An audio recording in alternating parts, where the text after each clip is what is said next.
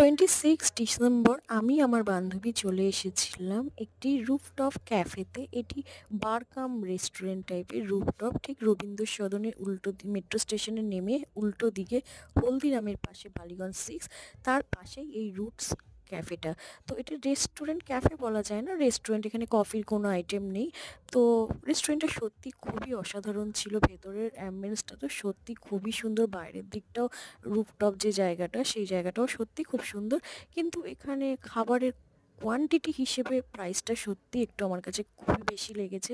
আমরা একটা combo order করেছিলাম, তো সেই কম্বোটা 878 মানে 878 পড়েছিল জিএসটি দিয়ে। তো আমার কাছে তো কম্বো হিসেবে খাবারের কস্টটা একটু বেশি লেগেছে। তো যাই হোক, পরিবেশটা সত্যি খুবই সুন্দর। এখানে সব রকমের হার্ড ড্রিঙ্কস, সফট ড্রিঙ্কসও পাওয়া যায়, অ্যাভেলেবেল হুক্কা পাওয়া যায়। তো যে যার মতো যা খুশি অর্ডার করাই যেতে পারে। বাট আমরা ওইসব খাইনি, আমরা জাস্ট খাবার